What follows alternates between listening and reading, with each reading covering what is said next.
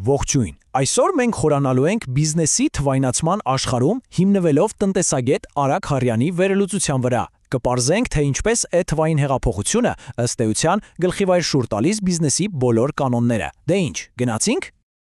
Եվ այսպես, եկեք սկսենք ամենակարևորից, մի հսկայական մարտահրավերից, որի առաջ այսօր կանգնած է ցանկացած բիզնես։ Խոսքը թվային դարվինիզմի մասին է։ Եկեք հասկանանք, թե իրականում ինչ է սա։ Գիտեք, այս նոր տնտեսության կարգախոսը շատ պարզ է ու անկեղծ ասած մի քիչ էլ դաժան։ Հարմարվիր կամ մահացիր։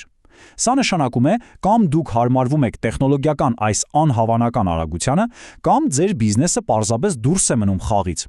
Այլ տարբերակ ցավոք չկա։ Իսկ ինչ է իրականում թվային դարվինիզմը։ Դե պատկերացրեք մի իրավիճակ, երբ տեխնոլոգիաներն ու հասարակության սովորությունները փոխվում են ուղղակի լուսային արագությամբ, այնքան արագ, որ բիզնեսները ֆիզիկապես չեն հասցնում հարմարվել։ Ահա սա է այն ճնշումը, որի մասին խոսում էր Թոմ Գուդվինը։ Դիպարտավոր ես անընդհատ նորարար լինել ոչ թե հաջողության հասնելու, այլ ուղղակի գոյատևելու համար։ Ու որպեսզի չմտածեք, թե սա ուղղակի տեսություն է, եկեք նայենք թվերին։ Այս ամենի շարժիչ ուժը մենք ենք, հաճախորդներս։ Տեսեք այս գրաֆիկը։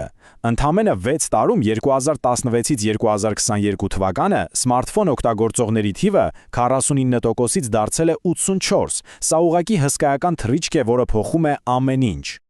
Լավ, որպեսզի հասկանանք լուծումը, նախ պետք է հասկանանք, թե ինչպես է զարգացել այն հարթակը, որտեղ այս ամենը տեղի է ունենում։ Խոսքը իհարկե ինտերնետի մասին է։ Համացանցներ անցել է, այսպես ասած, 3 հիմնական փուլով։ Սկզբում Web 1.0 էր, որտեղ մենք ուղղակի կարդում էինք ինֆորմացիան։ Հետո եկավ Web 2.0,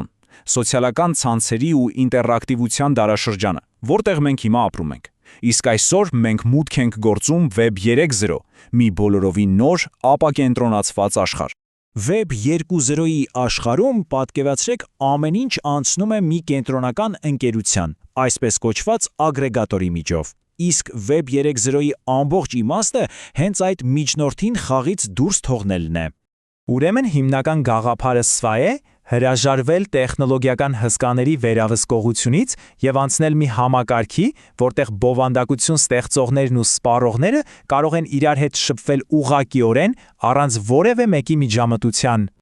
Լավ, բայց ո՞րն է այս նոր ապակենտրոնացված ինտերնետի շարժիչը։ Ինչ տեխնոլոգիա է կանգնած այս ամենի հիմքում։ Պատասխանը բլոկչեյնն է։ Ամեն ինչ սկսվեց 2008 թվականին, երբ առեղծվածային կերպարը Սատոշի Նակամոտոն առաջարկեց ստեղծել արժեքի փոխանակման համակարգ, որին բանկեր կամ այլ միջնորդներ պետք չեն, պարզապես մարդուց մարդուն։ Շատ պարզ լեզվով ասած, բլոկչեյնը մի ընդհանուր թվային հաշվապահական գիրք է, որը գտնվում է հազարավոր համակարգիչների մեջ միաժամանակ։ Դրա շնորհիվ այն գրեթե անհնար է կոտրել, փոփոխել կամ խաբել։ Եվ հենց այստեղ է, որ Արագ Հարյանն առանձնացնում է 4 հիմնական սկզբունք, որոնք բլոկչեյնը դարձնում են այդքան հեղափոխական։ Առաջինը այն ապակենտրոնացված է, այսինքն ոչ ոք միայնակ չի կառավարում այն։ Երկրորդ, անփոփոխ է, եթե մի բան գրանցվեց, ուրեմն վերջ, չես կարող ջնջել։ Երրորդ, թափանցիկ է եւ վերջապես անվտանգ է։ Հենց այս 4 հատկանիշներն են ստեղծում վստահություն առանց միջնորդի։ Շատ լավ փոխաբերություն կա այս ամենը բացատրելու համար։ Պատկերացրեք բլոկչեյն տեխնոլոգիան որպես մի հզոր ծառի արմատ։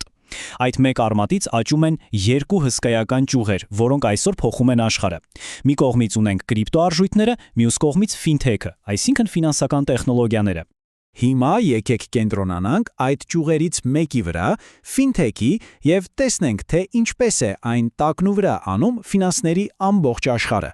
Ֆինթեքը ուղղակի հեռախոսային հավելված չէ, դա բոլորովին նոր մտածելակերպ է, նոր փիլիսոփայություն, որը կենտրոնացած է նորարարության, հաճախորդի հարմարավետության եւ 24 պատենամսաուս հասանելիության վրա։ Այն հիմնովին փոխում է մեր հարաբերությունները փողի հետ։ Եվ գիտեք, ի տարբերություն հին համակարգերի, որոնք պարզապես միջնորդ էին, ֆինթեխն ակտիվորեն վերափոխում է ամբողջ ոլորտը։ Այն ստիպում է վերանայել ամեն ինչ, բանկային գործից մինչև պետական կարգավորումներ։ Այս տեխնոլոգիան թույլ է տալիս ստեղծել բոլորովին նոր տնտեսական մոդելներ։ Օրինակ, ապակենտրոնացված ֆինանսները կան DeFi-ը, թույլ են տալիս մարդկանց իրար պարկ տալ կամ վերցնել առանց բանկերի։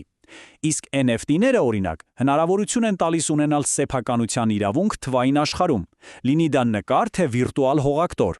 Այս ամենը բնականաբար մեզ բերում է մի քանի շատ խորը հարցերի։ Օրինակ, իսկ ինչ է փողն ապագայում եւ ինչն է ընդհանրապես արժեք ներկայացնելու։